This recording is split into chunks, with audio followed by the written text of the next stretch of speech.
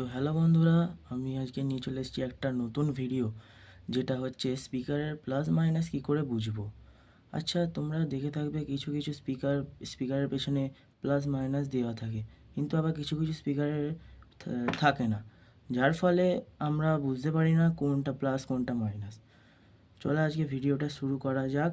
আমি নিয়ে এসেছি একটা স্পিকার, তোমরা যে কোনো ব্যাটারির সাহায্যেই এটা করতে পারবে। আমি এখানে নিয়ে নিচ্ছি একটা লিথিয়াম আয়ন ব্যাটারি। তোমরা তো সময় জেনে থাকবে যে স্পিকারের দুটো প্রান্ত হয়।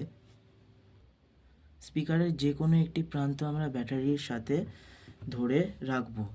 এই যেমন আমি এখানে মাইনাস সাথে এই প্রান্তটা ধরে রাখছি। বন্ধুরা, তোমরা দেখতেই পাচ্ছ যে আমি এবার এই অপর প্রান্তটা এই ব্যাটারির প্লাসের সাথে ঠেকাবো।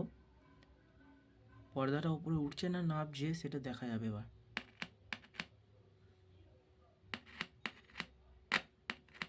তোমরা দেখতেই পাচ্ছ পর্দাটা নিচের দিকে নামছে, তার মানে কানেকশান আমাদের ভুল আছে। ব্যাটারির তার মানে এইটা হচ্ছে মাইনাস, যেহেতু আমি এটা ব্যাটারি প্লাস দিয়েছি তাই জন্য ওটা নিচের দিকে নামছে।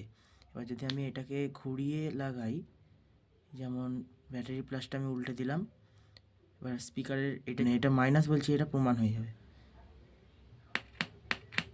হ্যাঁ দেখো, পর্দাটা কীরকম ওপর দিকে উঠছে, তার মানে বোঝা গেল যে স্পিকারের এইটা মাইনাস আর এটা প্লাস, যেমন ব্যাটারির মাইনাস প্লাসের সাথে এটা নির্ধারণ হয়ে যাবে। বন্ধুরা, তাও একটা প্রশ্ন তো থেকেই যায় যে এই স্পিকারের প্লাস মাইনাস যদি ভুল দিয়ে দিই কোনো মডিউলে বা কোনো অ্যাম্প্লিফায়ারে, তাহলে বিশেষ কিছু অসুবিধা হবে না। আর এরকম ভিডিও পাওয়ার জন্য আমার চ্যানেলটিকে সাবস্ক্রাইব আর এই ভিডিওটিকে লাইক করে দেবেন।